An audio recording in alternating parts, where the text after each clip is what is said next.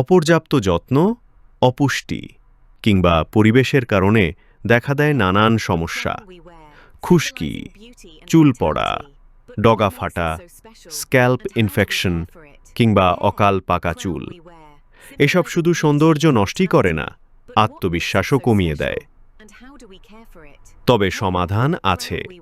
পুষ্টিকর খাবার খাওয়া, নিয়মিত মাথা পরিষ্কার রাখা, প্রাকৃতিক তেল দিয়ে মাথায় মালিশ করা এবং রাসায়নিক ক্ষতিকর প্রোডাক্ট এড়িয়ে চলাই হল প্রতিরোধের মূল উপায়।